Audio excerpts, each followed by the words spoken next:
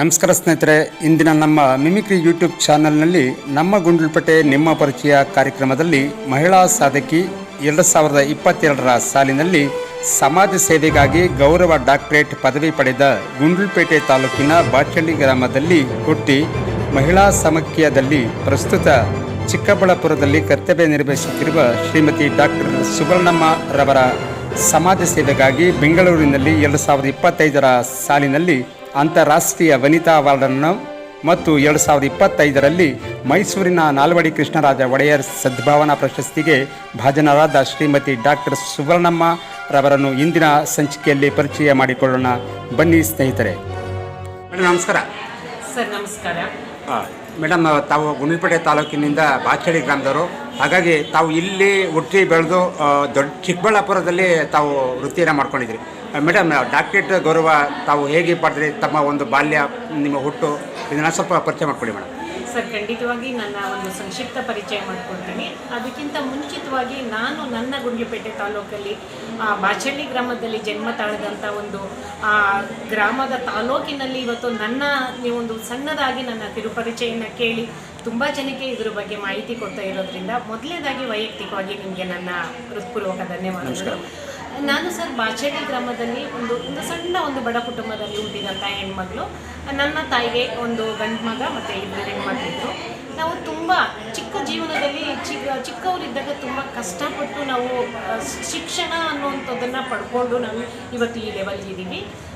ನಾನು ನನ್ನ ಒಂದು ಬಾಲ್ಯ ಜೀವನ ಎಲ್ಲ ಒಂದು 6ನೇ ತರಗತಿಯಿಂದ ಅಪ್ ಟು 10th ತನಕ ನಾನು ಗ್ರಾಮೀಣ ಮಟ್ಟದ ಹಾಸ್ಟೆಲಿನಲ್ಲಿ ನನ್ನ ವಿದ್ಯಾಭ್ಯಾಸನ ಮುಗಿಸ್ಕೊಂಡೆ.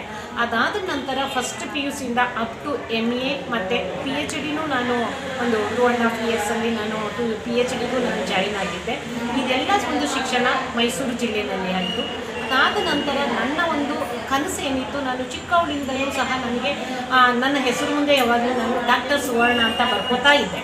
ಬಟ್ ನನಗೆ ಅಚಾನಕ್ಕಾಗಿ ನನ್ನ ಒಂದು MA ಆದಮೇಲೆ ನನಗೆ PhDಗೆ ಜಾಯಿನ್ ಆಗಬೇಕಂತ ಯಾವುದೇ ಫೆಲೋಶಿಪ್ ಸಿಗಲಿಲ್ಲ.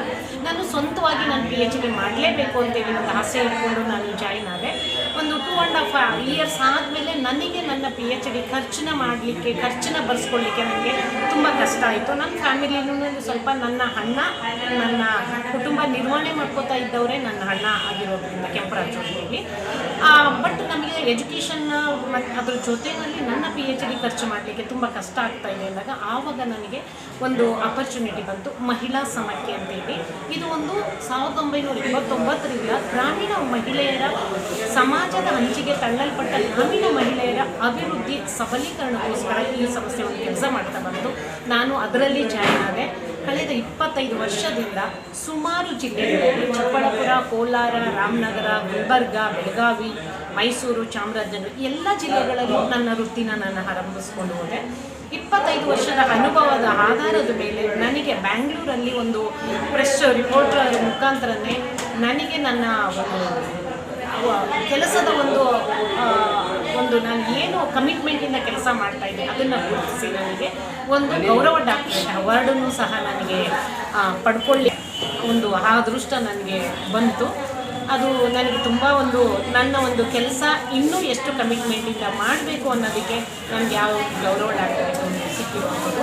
ಅದರ ಜೊತೆಯಲ್ಲಿ ನಾನಾ ಸಂಘ ಸಂಸ್ಥೆಗಳು, ನಾನು ಚಿಕ್ಕಬಳ್ಳಾಪುರ, ಕೋಲಾರ, ಬೇರೆ ಬೇರೆ ಜಿಲ್ಲೆಯಲ್ಲಿ ಎಲ್ಲೇ ಕೆಲಸ ಮಾಡಿದ್ರು ಸಹ ತುಂಬ ಸಂಸ್ಥೆಗಳ ಮುಖಾಂತರ ನನ್ನನ್ನು ಒಂದು ಆಹ್ವಾನ ಮಾಡಿ ಮಹಿಳಾ ಸಬಲೀಕರಣಕ್ಕೆ ಸಂಬಂಧಪಟ್ಟಂತೆ ಮಾಹಿತಿನ ನೀಡಲಿಕ್ಕೆ ಸಂಪನ್ಮೂಲ ವ್ಯಕ್ತಿಯಾಗಿ ಕರೆಯುವಂಥದ್ದು ಮತ್ತು ಒಂದು ಸಣ್ಣದಾಗಿ ಅವರ ಒಂದು ಪ್ರೀತಿಪೂರ್ವಕ ಒಂದು ಸನ್ಮಾನವನ್ನು ಮಾಡ್ತಾ ಇರುವಂಥದ್ದು ನನಗೆ ಇವತ್ತು ಇನ್ನೂ ಹೆಚ್ಚಿನ ಒಂದು ದಿನಗಳಲ್ಲಿ ಎಲ್ಲರಿಗೂ ಸಹ ನಾನು ನನ್ನ ಒಂದು ತಿಳುವಳಿಕೆ ಏನಿದೆ ಮಹಿಳಾ ಸಬಲೀಕರಣಕ್ಕೆ ಸಂಬಂಧಪಟ್ಟಂತೆ ಅದ್ರ ಮುಖಾಂತರ ಅವರಿಗೆ ಮಾಹಿತಿ ಕೊಡಬೇಕು.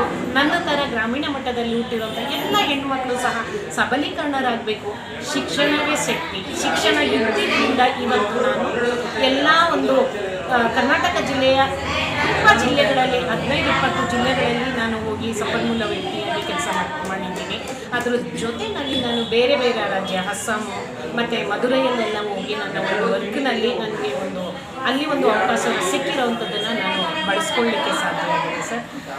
ಇಷ್ಟು ನಾನು ನನ್ನ ಒಂದು ವೃತ್ತಿ ಜೀವನದಲ್ಲಿ 25 ವರ್ಷದಿಂದ ಗ್ರಾಮೀಣ ಮಹಿಳೆಯರ ಜೊತೆಗಲ್ದೇನೆ ಎಲ್ಲ ಶಾಲಾ ಕಾಲೇಜುಗಳಲ್ಲಿ ಲಿಂಗತ್ವ ಪರಿಕಲ್ಪನೆ ಬಗ್ಗೆ ಮಾಹಿತಿನ ಕೊಡ್ತಾ ಇದ್ದೀನಿ.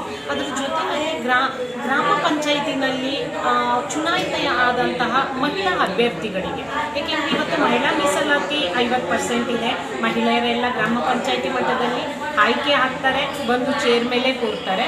ಆದರೆ ಅವರ ಒಂದು ಜವಾಬ್ದಾರಿ ಏನು ಅನ್ನೋ ನಿಟ್ಟಿನಲ್ಲಿ ಸ್ವಲ್ಪ ಅವರಿಗೆ ಇನ್ನೊಬ್ಬರ ಒಂದು ತಮ್ಮ ಅಧಿಕಾರವನ್ನು ಇನ್ನೊಬ್ಬರ ಕೈಗೆ ಕೊಟ್ಟು ಎಲ್ಲೋ ಒಂದು ಕಡೆ ಅವರು ಪಾತ್ರಧಾರಿಯಾಗಿದ್ದಾರೆ, ಸೂತ್ರ ಯಾರ್ದೋ ಕೈಯಲ್ಲಿದೆ ಅನ್ನೋ ಮಟ್ಟದಲ್ಲಿ ಅವರಿಗೂ ಸಹ ತುಂಬ ಜಿಲ್ಲೆಗಳಲ್ಲಿ ನಾನು ಚುನಾಯಿತ ಮಹಿಳೆಯರ ಪ್ರತಿನಿಧಿಗಳಿಗೆ ನಾನು ಮಾಹಿತಿ ಕೊಡ್ತಾ ಬರ್ತಾ ಇದ್ದೇನೆ ಸರ್.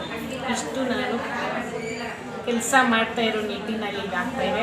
ಎಲ್ಲಕ್ಕಿಂತ ಹೆಚ್ಚಾಗಿ ಇವತ್ತು ನನ್ನ ತವ್ರ ಮನೆ ಗುಂಡ್ಲುಪೇಟೆ ತಾಲೂಕಲ್ಲಿ ನನ್ನನ್ನು ಕರೆದು ನಮ್ಮ ಶಿವು ಅವರು ತಮ್ಮ ಸಂಸ್ಥೆ ವತಿಯಿಂದ ನಮ್ಮ ಸುಭಾಷ್ ಸರ್ ಎಲ್ಲ ಇದ್ದಾರೆ, ಇವರೆಲ್ಲರೂ ಸಹ ಈ ಒಂದು ಕಾರ್ಯಕ್ರಮ ಕರೆದು ನನ್ನ ಸನ್ಮಾನ ಮಾಡಲಿಕ್ಕೆ ಹೊರಟಿದ್ದಾರೆ. ಅಂದರೆ ನಾನು ಎಲ್ಲರಿಗೂ ಸಹ ತಮ್ಮೆಲ್ಲರಿಗೂ ಸಹ ಈ ಒಂದು ಗುಂಡ್ಲುಪೇಟೆ ತಾಲೂಕಿನ ಎಲ್ಲ ಬಂಧು ಬಾಂಧವರಿಗೆ ನಾನು ಋಣಿಯಾಗಿರ್ತೀನಿ ಸರ್. ಧನ್ಯವಾದ.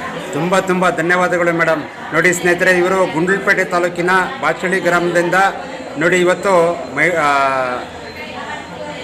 ಅಂತಾರಾಷ್ಟ್ರೀಯ ಮಹಿಳಾ ದಿನಾಚರಣೆಯ ಒಂದು ಬೇಟಿ ಪಡಾವ್ ಬೇಟಿ ಬಚಾವ್ ಅನ್ನುವ ನಿಟ್ಟಿನಲ್ಲಿ ಇವರು ಕರ್ನಾಟಕದ ಎಲ್ಲ ಜಿಲ್ಲೆಗಳಲ್ಲ ಅಲ್ಲದೆ ಹೊರ ರಾಜ್ಯದಲ್ಲೂ ಕೂಡ ಇವರು ತಮ್ಮ ಮಾನವ ಸಂಪನ್ಮೂಲ ವ್ಯಕ್ತಿಗಳಾಗಿ ಇವರು ತಮ್ಮ ವೃತ್ತಿಯನ್ನು ಮಾಡ್ಕೊಂಡು ಹೋಗ್ತಿದ್ದಾರೆ. ಹಾಗಾಗಿ ಗೌರವ ಡಾಕ್ಟರೇಟ್ ಸಿಕ್ಕಿರ್ತಕ್ಕಂಥದ್ದು ನಮ್ಮೆಲ್ಲರಿಗೂ ಕೂಡ ಗುಂಡ್ಲುಪೇಟೆ ತಾಲೂಕಿನ ಎಲ್ಲರೂ ಕೂಡ ಹೆಮ್ಮೆಯ ವಿಷಯ.